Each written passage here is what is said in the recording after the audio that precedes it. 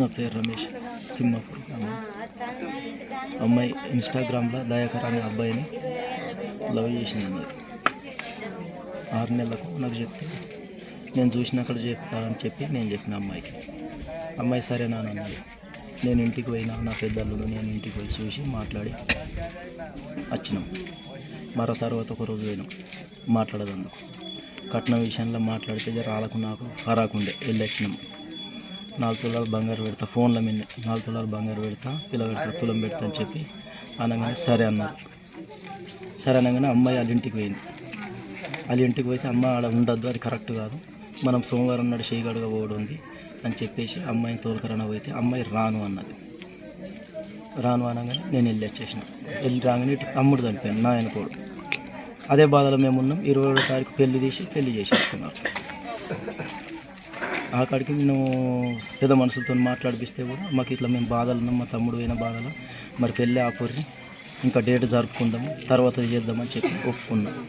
అయినా చేయలేరు. మా ఇష్ట ప్రకారం మేము చేస్తున్నాం, అమ్మాయి ఒప్పుకున్నది, మేము చేసేస్తున్నాం, మీరు రండి రాకపోండి అని చెప్పి చెప్పడం జరిగింది. చేసుకున్నది అమ్మాయి. అయిపోయింది. 27వ తారీఖు పెళ్ళి అయిపోయింది. మాకు ఇక ఫోన్ కాల్స్ రాలేవు. మొన్న 5 రోజుల కింద వాళ్ళ అమ్మకు కూతురు శృతి ఫోన్ చేసి మాట్లాడింది అమ్మతో. ఏం మాట్లాడిందో అమ్మ చెప్పలేదు.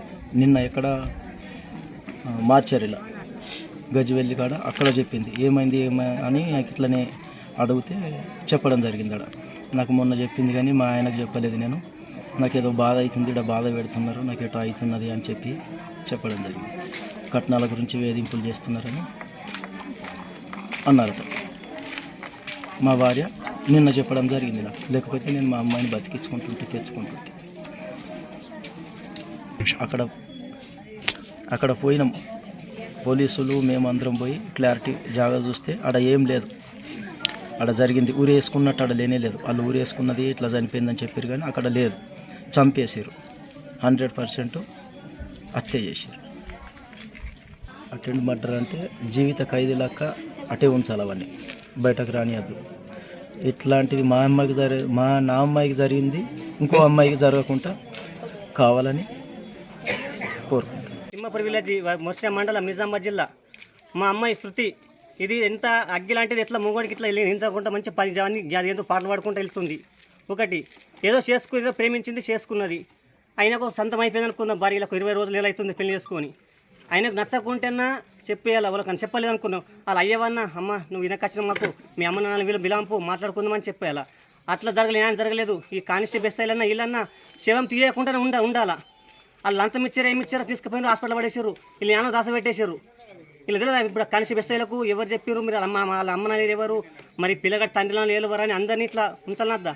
ఎవరు ఉంచలేదు. వాళ్ళని పిల్లల్ని తీసుకుపోయి హాస్పిటల్ పడేసారు, గవర్నమెంట్ హాస్పిటల్లో. వీళ్ళని ఏమో దాస పెట్టేశారు. ఎంతమంది పిల్లలు చనిపోతారు సార్. ఒక్క పిల్లక న్యాయం జరగచ్చింది. ఈ రాజకీయ నాయకులది, ఈ కానిస్టేబుల్ది, ఈ ఎస్ఐలు వీళ్ళది నడుస్తుంది. అయిపోయా వీళ్ళు లంచం ఏంగానే మోపేస్తారు. వీళ్ళు వచ్చిందాక తీయద్దు, ఎట్లా జరిగింది సరే ఉరేసుకుందాం అనుకుందాం. ఒకటి ఉరేసుకున్నప్పుడు ఆ పనద్దా తీస్తే అన్నీ ఎంక్వైరీ చేయాలా. ఏం చేయాలి కథ మేము రాకన మంది తీసుకుపోయారు, హాస్పిటల్ పడేసారు. ఇప్పుడు ఏమంటారు అంటే ఉరేసుకున్న పిల్ల, అది ఉరేసుకున్న పిల్ల కాదు. ఎంత తెలుసు తేజ్ మీద ఎట్లా గడ మాట్లాడుతుంది. మొగోడి కన్నంత బంటు తల మీదకి ఇస్తుంది కానీ తల కింద తీసుకోదు. అసలు మనిషిని ఇలా ఊరేసుకుంటుందా. పోనీ ఆయన పోషించలేకపోయాడు, ఆయన కట్న కానుకలు ఇవ్వకపోయాడు అనుకో. వాళ్ళ నాన్న పిలంపు నాకు నాయన దాకా అనుకున్న ఇస్తాడా అయ్యాడా, లేదంటే అమ్మ నీటికి వెళ్ళిపోవు, నాకు సరిపోవు, నాకు పెద్ద కోటేశ్వరాన్ని కొడుకుని అని చెప్పాలి ఆయన ఆ పిల్లగాడు. లేదంటే అయ్యానమన్నా వాళ్ళ అమ్మన్నా అమ్మ మాకు నువ్వు పొడిపడవు, నువ్వు ఏదో పాటలు పాడినావు, మాకు అందరు ఇట్లా అంటారు, నువ్వు వద్దు మీ ఇంటికి మీకు వెళ్ళిపోయి మంచి చెప్పాలి. మేము బతికించుకుంటాం, చంపేసుకోవడం మా ఇష్టం. ఇది కానీ వీళ్ళంతా ఒక్కళ్ళని సహకరించారు. మాకు ఒక్కళ్ళన్నా ఒక ఎస్ఐ సహకరించలేదు, ఒక కానిస్టేబుల్ సహకరించలేదు, ఒక రాజకీయ నాయకులు అక్కడ ఉన్న సర్పంచ్ మరి శవం తీయద్దు, మీరు వాళ్ళు వచ్చినాక తీయద్దు, ఎట్లా జరిగిందో తీద్దామని చెప్పేసి ఎవరు అనలేదు. పిస్తోల్ లెక్క పోయినా ఇప్పుడు వస్తుంది, బయట వస్తారు. ఇప్పుడు ఎంతో జుర్మాని ఇస్తారు, అవి వస్తుంది. ఆడు ₹1 ఇస్తాడు, అవి వస్తాయి. పిల్ల వస్తుంది చెప్పు ఒకసారి. ఆడు మరి ₹1 సంపాదిస్తాడు ఏదో బిజినెస్ చేసి. అవునా కదా. నా పేరు సాయి లవోలా, నిజామాబాద్. అయితే శృతి మా బృందంలో ఒక సభ్యురాలుగా ఉండేది. గత ఒక 10 సంవత్సరాల నుండి మాతో తిరుగుతూ ప్రోగ్రాం చేస్తూ అనేకమైనటువంటి ప్రోగ్రాంలో చురుకుగా పాల్గొన్నటువంటి వ్యక్తుల్లో మొట్టమొదటి వ్యక్తి శృతి. ఎందుకంటే అసలు ఆమె గురించి చెప్పాలంటే మా గుండె బాగా బరువెక్కిపోతుంది. ఆమె ఎంత గొప్ప సింగర్ అంటే వాస్తవంగా చెప్పాలంటే నిజామాబాద్లో ద నంబర్ 1 టాలెంట్ శృతి. ఆమె 9తో పరిచయం అయినప్పుడు మేము అలా ఇక్కడ చింతకుంటలో ఒక ప్రోగ్రామ్ పర్పస్ వెళ్ళినప్పుడు నేను నా మిత్రుడు రాజు ఇద్దరం కలిసి వెళ్ళినప్పుడు వీళ్ళ పాట పాడుతుంటే చాలా మంగ్లీ లెక్క పాడుతున్నాం అమ్మ అని చెప్పేసి మేమిద్దరం కూడా కలిసి ఈ అమ్మాయి మనకు నిజామాబాద్లో ఒక మంచి స్టార్ అవుతుంది, మంచి గొంతున్నది, గొంతుగా ఇట్లాంటి గొంతును మనం బయటకు తీసుకురావాలన్న ఉద్దేశంతో ఆ అమ్మాయిని మేము బయటకు తీసుకొచ్చినాం. కానీ ఇట్లా అవుతుందని చెప్పేసి మేము అసలు అనుకోలేము సార్. చాలా మంచి మనస్తత్వం ఉన్న అమ్మాయి, చాలా మళ్ళీ ఎంత అంటే కడగ మాట్లాడుతుంది అమ్మాయి, ఏది ఉన్నా కానీ ఫేస్ టు ఫేస్ మాట్లాడుతుంది అమ్మాయి. గత ఒక దుర్గామాత ప్రోగ్రాంలో కూడా ఈ ఊర్లో ప్రోగ్రామ్ చేసినాం, ఆ లాస్ట్ ప్రోగ్రామ్. దీని తర్వాత ఇంకొక ప్రోగ్రామ్తో ఆమెతో లాస్ట్. ఆ ప్రోగ్రాంలో కూడా నేను ఊరోళ్ళకి చెప్పిన, నెక్స్ట్ కాబోయే మన తెలంగాణ స్టార్లలో ఈమె కూడా ఒక స్టార్, మీరు అందరూ ఈమెని ఆహ్వానించాలి అందరని చెప్పేసి వాళ్ళ అయ్యకు కూడా వేదిక మీద పిలిచి మేము సన్మానం చేసినాం. అంత గొప్ప ఇటు పాటనే కాదు, ఇటు పాట ఇటు ఆట ఒక్కతే నడిపేటువంటి సత్తా ఉన్న శృతి అమ్మాయి. మా పిల్లని తీసుకుపోయి పెళ్లి తల్లికి తండ్రికి తెలకుండా పెళ్లి చేసుకున్నాడు. 20 రోజులు ఆడి 20 రోజులకు ఆడికి ఎంత యాష్ట వచ్చింది, ఏమిటికి యాష్ట వచ్చింది. మా పిల్లని చంపి కీలేసి ఇల్లు తిరిగోడ పోలీసు వాళ్ళని ఉంచుకునే కారణం ఏంటి? ఆడికి ఇష్టం లేకుంటే మా పిల్లని మాకు తోలేసేది. తోలేస్తే మా పిల్లని మేము ఉంచుకుంటుంటాం. నీకేమైనా కావాలంటే అత్తమామకు ఫోన్ చేయమంటుంది, వాళ్ళ బిడ్డను వాళ్ళకి అప్పగేయమంటుంది. ఇట్లా చంపేసి నువ్వు ఇంటి తిరిగోళ్ళ కట్టుకొని పోలీసు వాళ్ళని పెట్టుకుంటే అది పద్ధత? ఆడవాళ్ళకు న్యాయమేనిది? నువ్వు మొగోడవి పదార్లు ఉన్నావు, మా పిల్ల మాకు దొరుకుతుందా? దొరకదు. ఇప్పుడు మాకు పుట్టెడు బలగం ఉన్నది, మాకు తెలిసిన పడితే మేమందరం ఆడోళ్ళమే పోతుంటాం. ఆడోళ్ళం పోయి ఆయన్ని దొరకబట్టుకొని పిల్లతో దోలుకొని వస్తుంటుంది అదే అంబులెన్స్లో. కానీ ఆడు పరారులో ఉన్నాడు. ఎన్నొద్దులు ఉంటాడు, ఎన్నొద్దులు ఉన్నా కానీ ఆమె కలకలైతే ఎదుగుతుందా? మాకు పిల్ల దొరుకుతుందా? ఇదంతా పోలీసు వాళ్ళు, వీళ్ళంతా పోలీసు వాళ్ళు వేయబట్టి కట్టుకొని ఇదంతా చేసిండు. అదే ఉన్నది. మా పిల్లకు ఒక్కడికి వెళ్ళి న్యాయం చెయ్యాలా? ఇది చెయ్యకుంటే ఆడు ఎట్లయితాడో ఆ తర్వాత విషయాలు ప్రజలకు న్యాయం చేయనీకుండా దొంగలకు చేస్తారు. సచ్చినోళ్ళకు ఆవు గిట్ట చచ్చిపోయిందిరా, బెడ్ మీద చచ్చిపోయిందిరా, ఏందిరా ఇది దెబ్బ ఎట్లా కొట్టినవు అని అడగరా? అడగరా? పోలీసు వాళ్ళు అడగరా? బెడ్ మీద ఎట్లా చచ్చిపోయింది, ఏం దాకింది, ఏమైంది అని అడగరా? వీలేసి ఉంచితే తిరుగులో నిలబడతారు మీరు? మీరు పోలీసు వాళ్ళు మీరు ఎంత తీసుకున్నారు అట్లా? మా పిల్లలు మాకు తెచ్చి మా పిల్లలు మాకు తెచ్చిచ్చి ఉంటే మా పిల్ల మాకు గరీవో సరివో బుక్కడి మా ఇంటికాడ ఉంటుండే కదా బతికి. ఇప్పుడు ఇద్దరు తల్లిదండ్రులు, ఇద్దరు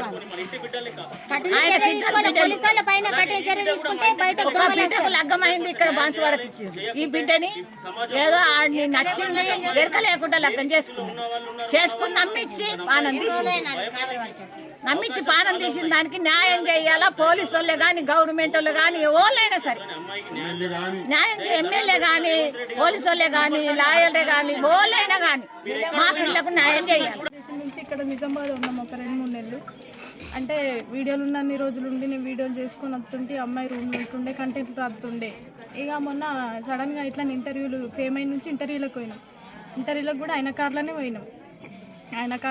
తీసుకుపోయినాం, మంచిగానే ఉండే. ఇంటర్వ్యూ కూడా చేసినాం. ఇక ఫేమస్ అయినాం కదా. ఇక ఆమెకు వచ్చే రికార్డింగ్లు ఆమెకు వచ్చినాయి, నాకు వచ్చిన రికార్డింగ్లు నాకు వచ్చినాయి.